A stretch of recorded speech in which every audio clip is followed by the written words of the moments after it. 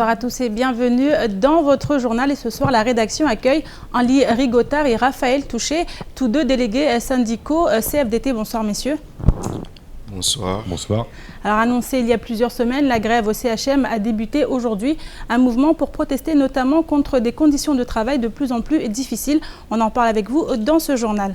Avec nous également Pierre Bellucci. Pierre, vous êtes rédacteur en chef du journal télé de KTV. Bonsoir Pierre. Bonsoir Amina, bonsoir à tous. Alors avec vous, il sera question de cette décision qui est tombée hier soir comme un coup près. Après 48 heures de garde à vue, Moulay Souf Madi a été incarcéré à Majicavo. Une décision sur laquelle nous reviendrons avec vous dans quelques instants. Mais d'abord, voici les titres de ce jeudi 29 octobre. Le verdict est tombé comme un coup près hier soir. Moulay Souf Madi, le secrétaire fédéral du Parti socialiste, a été placé en détention provisoire au centre pénitentiaire de Majicavo. Le procureur a tenu à s'exprimer sur cette décision, tandis que les réactions se multiplient. Des représentants de la coopérative ouvrière réunionnaise, actionnaire de la Smart, sont actuellement sur le département. S'ils ont bien rencontré Idanel, la direction a démenti tout accord en vue. Les explications dans votre journal. Les fidèles de la mosquée du marché s'attellent à embellir les lieux. Depuis des années, des travaux sont entrepris pour faire de cette mosquée un havre de paix et de communion entre les différentes communautés. Reportage à la fin de cette édition. Le secrétaire fédéral du Parti socialiste à Mayotte, Moulay Souf Madi, a été placé en détention provisoire. Suite à sa garde à vue de 48 heures, l'ancien maire de Mtsangamouji, soupçonné d'avoir falsifié des procurations, a été entendu par un juge des libertés. L'audience perturbée par la grève des avocats a finalement rendu son verdict et Moulay Souf Madi a passé sa première nuit à Majicavo. Aujourd'hui, les réactions se multiplient tandis que le procureur a tenu à éclaircir la situation. Un sujet signé Pierre Bellucci, Shakila Issouf et Leslie Vimné. Après de longues heures d'attente, le verdict est finalement tombé en fin de soirée. Moulay Souf Madi a passé sa première nuit au centre pénitentiaire de Majicavo et risque jusqu'à 5 ans de prison. Une décision qui fait suite à l'affaire des fausses procurations, comme l'explique le procureur de la République Joël Garrigue. Il a été mis en examen pour complicité de 3 infractions. La première, c'est la falsification de documents administratifs, c'est-à-dire la falsification de 84 procurations, l'utilisation de ces 84 procurations et la tentative de fraude électorale, faits pour lesquels la peine maximale encourue est de 5 ans de prison. À l'heure actuelle, il n'est pas placé en détention provisoire à titre de sanction, mais pour les nécessités de l'instruction, c'est-à-dire qu'il n'est pas le seul mis en examen, ils sont pour l'instant 3 mis en examen. Il nie toute responsabilité dans ces faits alors qu'il est mis en cause par d'autres personnes dans le dossier, donc il va y avoir nécessité de réaliser une confrontation, et cette confrontation, elle doit se faire sans risque de pression, sans risque de concertation entre les uns et les autres, et c'est la raison pour laquelle le juge des libertés et de la détention a estimé qu'il fallait qu'il soit en prison pour ne pas pouvoir se concerter, pour ne pas pouvoir exercer de pression sur qui que ce soit.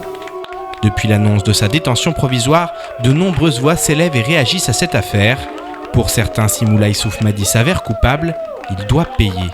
Si au moins c'était un enfant, j'aurais dit autre chose. Mais là, c'est un adulte en plus concernant la politique. Maintenant, il faudrait peut-être qu'on change nos mentalités.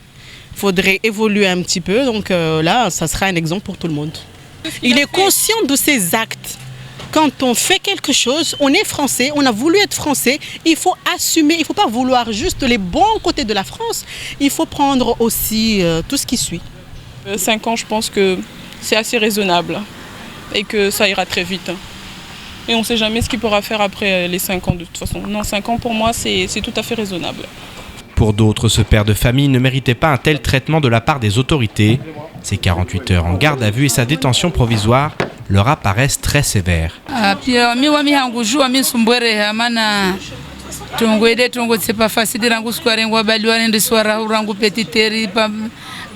Gendarmerie petit territoire 3 jours para 3 jours ça fait mtu kasijwe na tongo ya mparamnye mana mtu kasujwa pia serida wamiti parti mojana waibe quand même les rana kes problème musimbwereha. Il a une famille, il a des enfants, il a sa femme, il a sa famille, son entourage, et on lui laisse. Imagine on t'enferme par exemple 1 heure de temps sans voir quelqu'un, sans manger, sans boire par exemple. C'est la fin, c'est la fin de la vie. Moi, je préfère mourir que d'être se faire garder en 48 heures en garde à vue. De son côté, Joël Garrigue a tenu à rappeler la gravité des faits qui sont reprochés au numéro 1 du Parti socialiste local, soupçonné d'avoir faussé le résultat d'une élection. Ce qu'on reproche aux différentes personnes qui sont mises en examen dans ce dossier, c'est pas simplement d'avoir rempli un bout de papier. Ils ont aussi mis un faux tampon de la police nationale, de faux tampons des autorités, et ils se sont servis de ces documents administratifs pour essayer de fausser le résultat d'une élection. L'élection, c'est le pilier de la démocratie. Si on commence à jouer avec la démocratie, on joue avec un des fondements de la République. En tant que procureur de la République, je ne peux pas le laisser passer. Pour le moment, l'enquête suit son cours et le juge d'instruction devrait entendre les accusés séparément pour tenter de démêler le vrai du faux et sanctionner les coupables.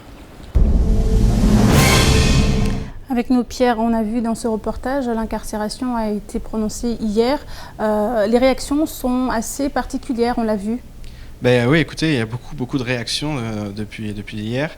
Ce qu'il faut déjà, il faut revenir un peu sur l'émoi qu'il y a eu, parce qu'effectivement, ça a été très long, 48 heures de garde à vue. Ensuite, la grève qui empêche l'audience de se tenir. Il a attendu de nombreuses heures, depuis le matin 8 heures jusqu'au soir 20 heures, 12 heures. Il était assis, il ne savait pas ce qui allait se passer. Faut savoir qu'aujourd'hui, la grève des avocats est terminée. Voilà, donc il y a eu beaucoup de choses, beaucoup d'émois. Encore aujourd'hui, on le voit beaucoup d'émoi parce que c'est quelqu'un d'important. Voilà, effectivement, c'est un père de famille. Maintenant, rappelez aussi qu'il est, pour l'instant, il faut toujours garder cette présomption d'innocence. S'il est actuellement à Magicavo, c'est pour que l'enquête se poursuive, pour qu'il ne puisse pas. C'est pas une sanction, comme l'a dit le procureur. Tout à fait, c'est pas une sanction, c'est pour que l'enquête se poursuive, pour que voilà le juge en charge, le juge d'instruction, continue son instruction et voilà puisse et qu'il n'y ait pas d'interférence ou voilà d'accord ou qu'on puisse se parler. Donc, voilà, déjà, c'est une première chose. Donc aujourd'hui, il n'est pas coupable. Il faut bien souligner ce fait. Alors, on parle de peut-être possible complice. Alors pourquoi c'est lui qui a été incarcéré, pas les autres ? Bah écoutez, je pense qu'il est reconnu comme la tête pensante, quoi qu'il arrive. C'était lui le candidat aux élections partielles de Msangamouji qui se sont tenues le 20 septembre. Donc forcément, peut-être que voilà, la justice a décidé que c'était surtout lui qu'il fallait isoler. Maintenant, voilà, en France, par rapport notamment au système américain, du système judiciaire, vous êtes présumé innocent. C'est-à-dire que voilà, il est incarcéré, mais il est jusqu'à preuve du contraire innocent. Aux États-Unis, c'est différent. Vous êtes coupable et ensuite vous devez vous justifier là-dessus. Là, pour l'instant, il est innocent. On va voir ce que donne l'enquête. Maintenant, il y a des réactions qui sont un peu étranges en droit. Effectivement, s'il s'avère qu'il a falsifié des documents, c'est très grave. Comme le rappelait le procureur, c'était l'un des piliers de la République quand même. Ce sont des élections municipales. Il est représentant des citoyens. On vote pour lui. S'il s'avère que effectivement, il a falsifié des documents importants avec des tampons grossiers sur des procurations, 84 procurations. C'est très grave, c'est très très grave. Alors pourquoi aujourd'hui la population réagit comme ça ? Certains disent qu'il ne s'agit que de bouts de papier, Oui, bah, écoutez, oui, il y a eu beaucoup d'émoi. La population ne comprend pas. Peut-être aussi les 5 ans de prison qui sont possibles. Voilà, il risque 5 ans de prison. C'est beaucoup maintenant. Il faut aussi prendre conscience de la gravité des faits qui lui sont reprochés. Il est soupçonné d'avoir falsifié des documents, d'avoir faussé une élection républicaine. C'est une sanction qui est logique. Ceux qui s'insurgent contre cette sanction, en France, c'est un état de droit, et dans cet état de droit, on ne peut pas faire ce qu'on veut, et c'est vraiment très grave. Il faut vraiment le rappeler, c'est très très grave. S'il s'avère qu'il est condamné... Donc après on comprend aussi la population. Alors ça part un peu dans tous les sens. On entend parce que c'est un Mahorais il est sanctionné plus. Non, parce que c'est très grave et la sanction sera. Alors on entend aussi, mais il y en a d'autres qui font. Oui, mais lui il a été attrapé. Et lui il y a des preuves, il y a des choses qui font qu'aujourd'hui il est en détention provisoire. Maintenant à la justice de faire son travail. Merci beaucoup Pierre. Et on continue. Entre 80 et 100 agents du CHM étaient dans la rue ce matin. Ils protestaient contre une surcharge de travail due à une affluence en hausse permanente. Seuls 2 syndicats étaient représentés, la CFE-CGC et la CFDT. La marche a été prévue à 7 h mais a pris du retard.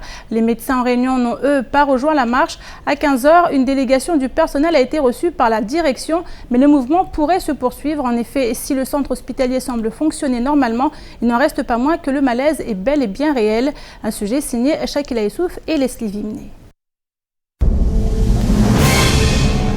C'est au son du populaire Kwakaru Kwaka qu'a débuté la marche du personnel du centre hospitalier de Mayotte. Et même si les agents se déhanchent au rythme de la musique, c'est bien excédés et en colère qu'ils entament ce premier jour de grève. waswambwamba mwende mwangaima docteur privé maana mna sécurité sociale basi vanu dafalgainilio lapitali vanu iniambani dafalgainilio lapitali vanu iniambani iniama ya wajeni tu ilasimu asiner pare fungulatu maana asiner de ratanga sécurité sociale yo. Les banderoles dénoncent bien le mal-être du CHM. Les mots sont lourds de sens. Bassivo, hôpital sur perfusion, santé sacrifiée. Bloc opératoire sans programmation, hôpital mort. C'est sur un même pied d'égalité que l'ensemble des agents hospitaliers veulent être traités tout en exigeant de meilleures conditions de travail.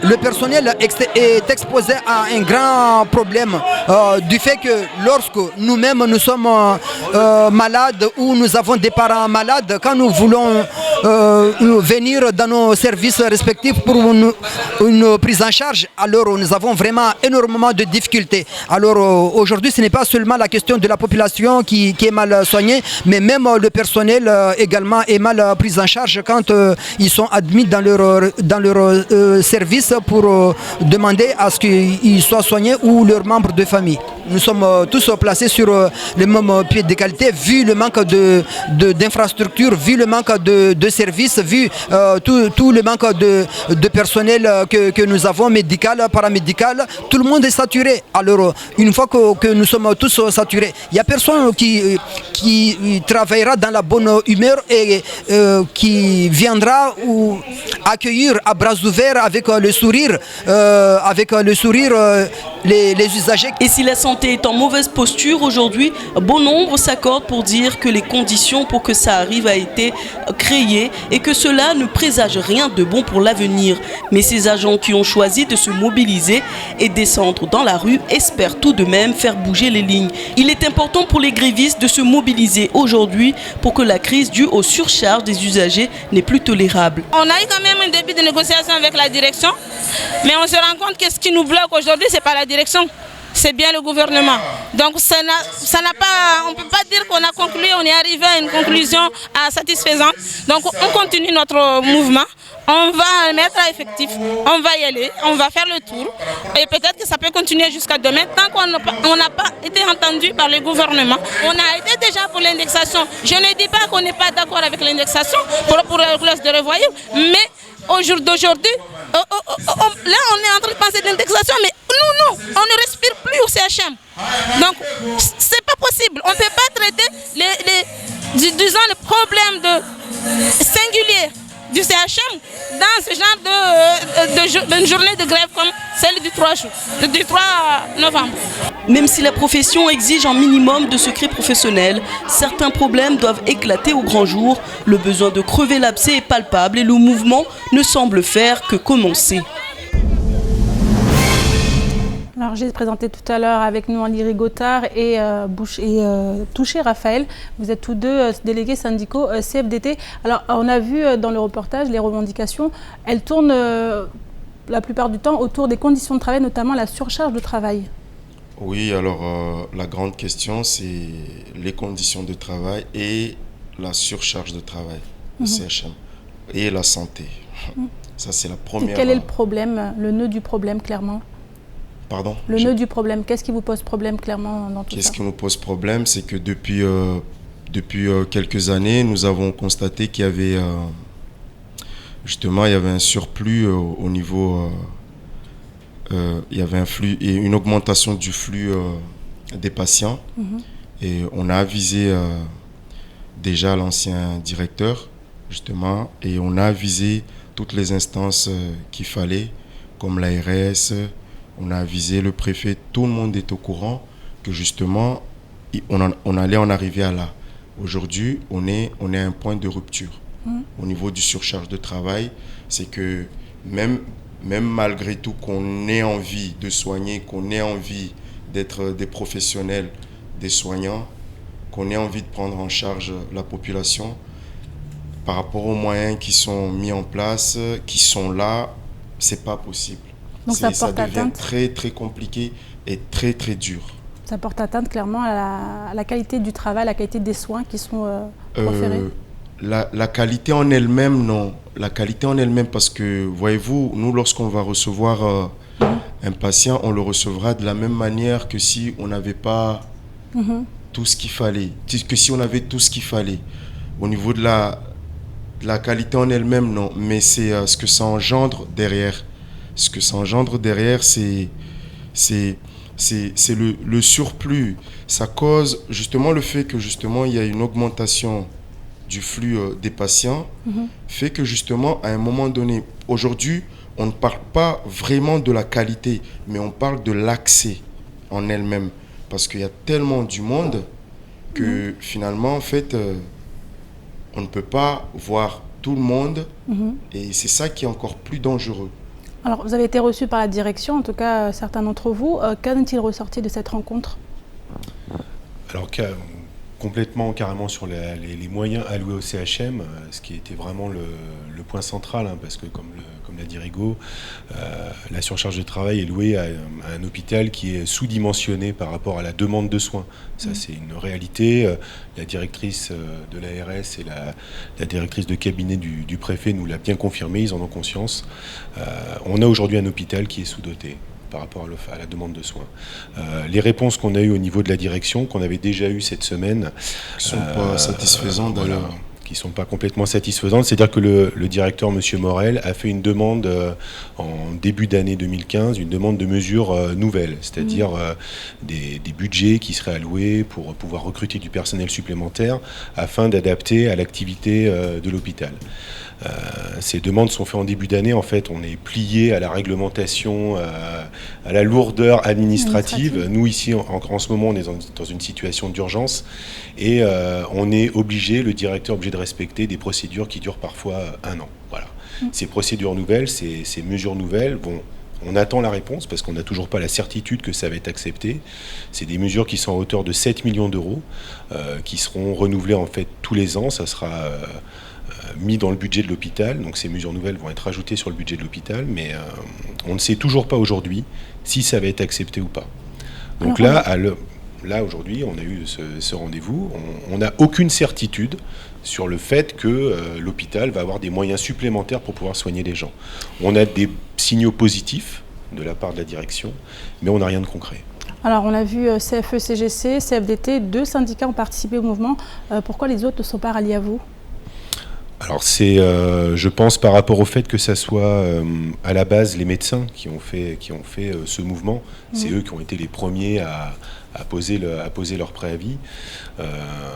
Et c'est vrai que je ne peux pas parler pour les autres syndicats. Nous, de notre côté, je ne vais pas donner les raisons des autres. Clairement, nous, de notre côté, on trouvait l'opportunité plutôt bonne de s'allier avec les médecins parce que sur la charge de travail, cette revendication-là était commune. Et les médecins sont en surcharge de travail, le personnel est en surcharge de travail.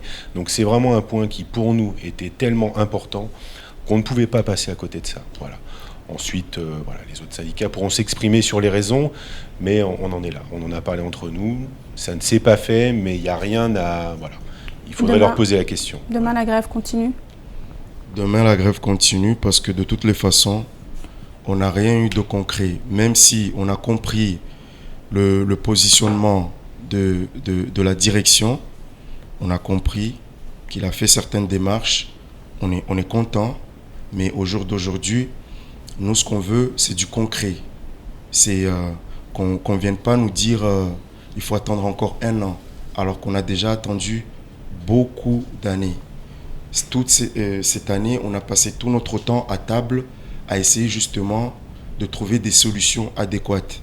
Au jour d'aujourd'hui, le problème est là et maintenant, on veut des propositions concrètes, que ça soit écrit, qu'on le mette sur un planning, un calendrier d'exécution. Un calendrier précis. On sait qu'à partir de telle date, on va recevoir tel budget et du coup, à partir de telle date, on va peut-être pouvoir recruter, mais il n'est plus question qu'on nous envoie sur des propositions d'incertitude au niveau du calendrier.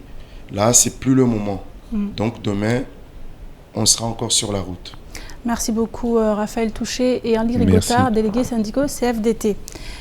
Et on continue avec le conflit qui oppose la Smart et MCG. Hier, les représentants de la coopérative ouvrière réunionnaise, actionnaire de la Smart, se sont entretenus avec Idanel, présidente de Mayotte Channel Gateway.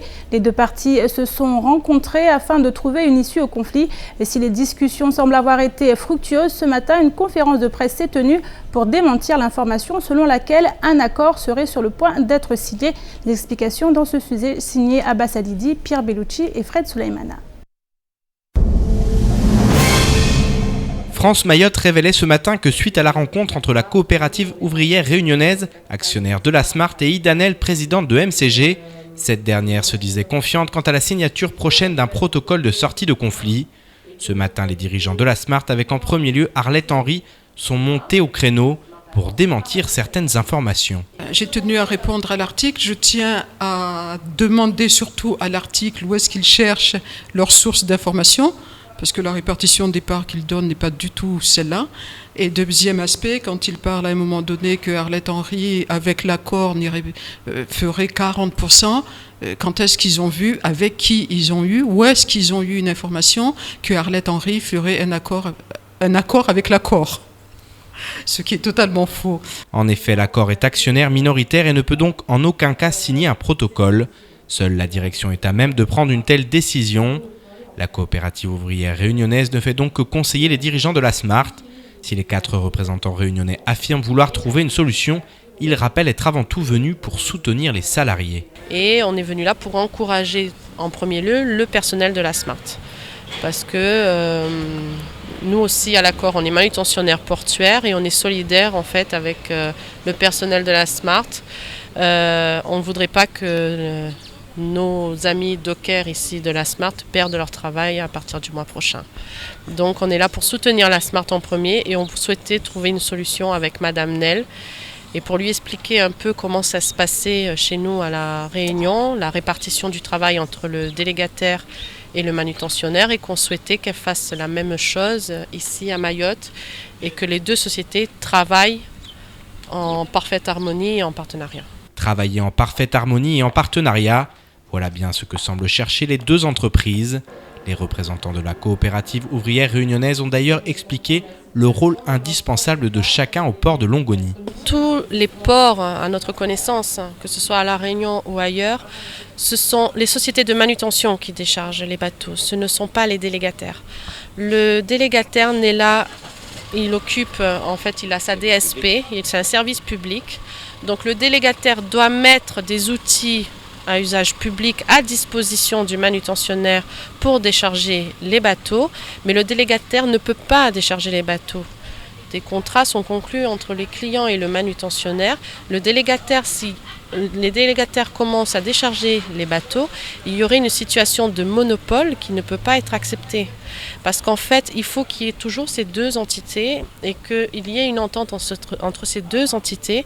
Pour le moment, à Mayotte, ils font un trafic d'à peu près 50 000 EVP. 50 000 EVP, ce n'est pas suffisant pour faire appel à un deuxième manutentionnaire. En ce qui concerne les salariés, la présence des représentants de l'accord est vécue comme un signe positif. Ce soutien venu de la Réunion les réjouit, même s'ils restent lucides sur la situation et fermes quant à une issue négative des négociations. Si j'y vois voyager, mana zopiara disina bonule madame Nelly na conseil départemental, bonule la guachitu leo meso ai busda zangine, swani jana wantuani wanda hadisina waitu watajwezi hazi ilesfansho la Réunion na ule wai madza asubialo atwakamu journali amba vujosinwa akoro lao madza usiona mbarutwa preavi yatati ya hodisa amba vol position risirto hirado wa maure wajari saidie basirto baya iporo baya iporo maximum kavutukata ubisha mabani vula au contenero. Une nouvelle réunion est d'ores et déjà prévue entre Idanel et les représentants de l'accord. Reste maintenant à savoir si les dirigeants de la Smart y prendront part et quelle en sera l'issue. Le futur internat de Dembéni est toujours en travaux mais devrait ouvrir ses portes à la rentrée prochaine. Cette structure d'excellence est prévue pour accueillir 110 élèves triés sur le volet. En effet, les lycéens présentant un potentiel intéressant seront choisis pour intégrer cet internat flambant neuf. Nous sommes donc partis sur place pour prendre la mesure du projet et de l'avancée des travaux. Un sujet signé Abbas Alidi, Pierre Bellucci et Fred Souleymana. L'internat, un passage inoubliable et une expérience unique pour tous ceux qui l'ont vécu. Si certains n'en gardent pas forcément que de bons souvenirs, ce genre de structure reste, quoi qu'il en soit, pensé pour offrir un cadre favorable à la réussite scolaire. L'idée fondatrice, ou en tout cas celle qui a prévalu au départ pour la mise en place de cet internat, elle découle d'un certain nombre de constats qui ont été faits sur l'île depuis déjà quelque temps, notamment sur le fait qu'un certain nombre d'élèves présentaient un potentiel scolaire important, mais malheureusement n'étaient pas toujours dans les meilleures dispositions pour pouvoir mettre à profit ce potentiel. Donc l'idée d'internat, c'est de permettre d'internat d'excellence. Je rappelle que cet internat est labellisé pour l'instant du terme d'excellence. Cet internat a pour vocation à accueillir des élèves avec un potentiel scolaire important et les mettre dans les meilleures conditions possibles pour qu'ils puissent suivre une scolarité dans les meilleures conditions et surtout avec toutes les chances de réussite nécessaires. Composé aux 2/3 de filles, 110 élèves garniront les lieux. Quant à savoir qui seront les heureux élus, le proviseur du lycée de Dembéni nous en dit plus sur les critères de sélection. Alors, les élèves seront effectivement, vu le nombre de places qui est quand même relativement limité, les élèves seront recrutés effectivement sur un profil qui reste encore à affiner de manière très précise. Mais cette action, en tout cas l'accueil des élèves, concernera des élèves avec un potentiel scolaire. Donc des élèves qui ont déjà montré une certaine appétence pour tout ce qui est scolarité. Des élèves dont les résultats scolaires, bien évidemment, sont aussi de bons résultats scolaires. Des élèves qui montrent une volonté et une motivation pour une poursuite d'études. Poursuite d'études qui peut être une poursuite d'études longue. Dès la rentrée prochaine, l'internat d'excellence de Dembéni devrait ouvrir ses portes aux premiers élèves. La vice-rectrice a annoncé dernièrement que 2 nouvelles structures de ce type doivent voir le jour à Mayotte. Les lycées de Dzoumoni et Mamoudzou posséderont eux aussi leur internat, afin d'offrir aux élèves les chances de prétendre à l'excellence. Il y a 2 semaines, l'Union pour le renouveau de Mayotte organisait une réunion publique. L'objectif affiché était de trouver des solutions communes sur la multitude de problèmes qui touchent le département. Et parmi les problématiques évoquées, celle du foncier a beaucoup fait réagir. En effet, les taxes d'habitation ou autres taxes foncières qui viennent de tomber s'avèrent injustes et parfois 4 fois plus importantes qu'en métropole. L'Union pour le renouveau a ainsi décidé de faire une pétition qui sera adressée au gouvernement. Un sujet signé, on écoute justement l'un des membres du parti lors de la matinale de Kwezi. En fait, l'idée est partie de l'Union pour le renouveau présidée par Chiaboudine Benissouf, parti. Et nous avons l'Union organisé il y a 15 jours au Conseil général un vrai séminaire où il y avait beaucoup de gens qui sont intéressés par les problématiques du foncier, mais aussi autre chose. Mais ceux qui étaient là ont retenu la problématique du foncier, de la fiscalité. Et l'idée est sortie là en disant on doit faire une pétition pour faire valoir nos droits parce qu'il y a urgence. Il y a urgence parce que compte tenu des dates butoirs de paiement de ces impôts et taxes, mais il y a urgence aussi parce que ça se pose avec beaucoup d'acuité. Il y a des impôts, des fichiers d'impôts qui dépensent l'entendement. C'est carrément d'une raquette qui est posée à la population. Visite ministérielle sanction de Majicavo, c'est également dans l'actualité de ce jeudi 29 octobre. Les précisions dans l'actualité en bref. Alors que le tout nouveau gymnase de Pamandzi devrait être livré et inauguré dans les prochains jours, la préfecture a relevé et dénoncé de nombreuses irrégularités dans la passation du marché. Certains lots attribués à des entreprises non qualifiées ont entraîné la démolition des tribunes avant réattribution des travaux à d'autres sociétés. Or, dans le cadre du contrôle de légalité, de nombreuses questions ont été posées. En effet, alors que le marché initial comprenait 10 lots, le dossier passé en procédure adaptée n'en dénombrait plus que 2. Aucune décision n'accompagnant les documents transmis, le secrétaire général de la préfecture a considéré que l'article 5 du Code des marchés publics, à savoir le principe de détermination des besoins à satisfaire, n'avait pas été respecté. De plus, aucun rapport d'exécution du premier marché n'a été présenté et l'un des lots, en l'occurrence le lot numéro 2, ne respectait pas les dispositions de l'article 10 du Code des marchés publics. En effet, la notion d'ensemble cohérent n'a pas été respectée puisqu'outre des travaux de démolition et de construction de vestiaires et de gradins, des travaux d'aménagement de la station d'épuration et de peinture y étaient inclus. Le Conseil général n'ayant pas tenu compte de l'injonction de retirer ce marché dans un délai de 2 mois, La préfecture a saisi la Chambre régionale des comptes qui a demandé des éclaircissements à l'administration du département le 15 juillet dernier, tandis qu'à ce jour, la Chambre attendrait toujours des réponses. Depuis quelques jours, l'information circule selon laquelle Georges Paul-Langevin pourrait se rendre une nouvelle fois sur le département, et ce entre le 10 et le 12 novembre prochain. Il serait question d'une visite aux Glorieuses dont le parc marin a été créé en 2012, mais n'est doté d'un plan de gestion que depuis février 2015. Si la récente mission qui s'est rendue sur place parle d'un sanctuaire marin menacé, mais aussi de patrimoine naturel exceptionnel, les revendications de plus en plus appuyées des autorités malgaches pour récupérer l'archipel pourraient pousser la ministre à un déplacement sur place. Rien n'est confirmé, mais il serait encore question pour Georges Paul-Langevin de se rendre dans le nord de Mayotte, à Mtsamboro. Mais ce calendrier est d'autant plus incertain que la grogne sociale plane avec un mouvement de grève générale dès le 3 novembre. Les attentes de la population demanderaient d'autres actions qu'un déplacement, car si la grève est sous une bannière intersyndicale, les revendications relèvent quant à elles de l'interministériel, et Georges Paul-Langevin aurait affaire avec tous les ministères concernés pour trouver des solutions.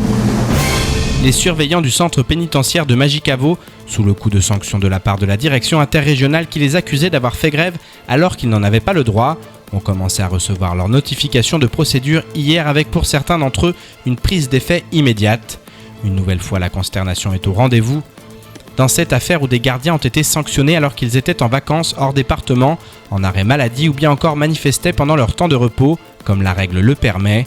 Des sanctions règlement de compte sont ainsi dénoncées et les surveillants l'ont annoncé, ils ne se laisseront pas faire et porteront l'affaire devant le tribunal administratif pour contester les mesures disciplinaires concernant 24 fonctionnaires.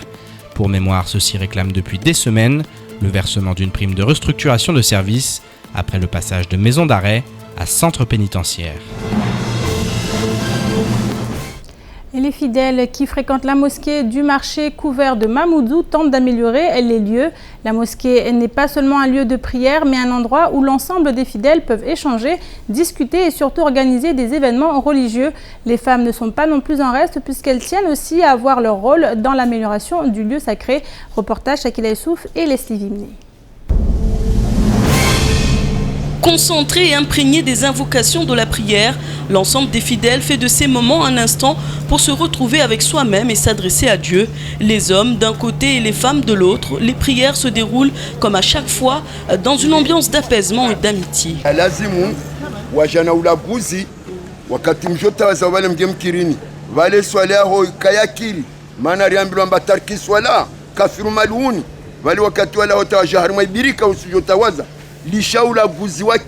Les anciens fundis veulent conserver une pratique de la religion modérée et humaine, car les valeurs de l'islam se perdent et amènent d'autres pratiques qui divisent les communautés.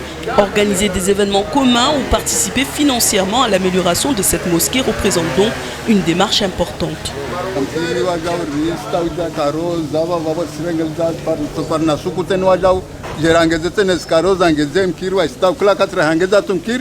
Waika wastawi har maidina pi ris mwesuga jande arve kibala njema na nchi njema wanatu wajao wengi wajao wani wakawana maislamu wajao wa umin rirengelite zi tuza dunia jana mabaya na wapenzana yao warengeliza mkiri wa bazari ili nekaruja mjeni angia babu aone mbawa sikweli maislamu wasuvenza dini yatu. Il est important pour ces fidèles de garder les liens en partageant des moments après les prières. Cela les éloigne des rancœurs et évite les conflits. Ici, il n'y a pas de différence de communauté ni de statut social. Ce qui les rassemble, c'est cette mosquée qu'ils améliorent ensemble.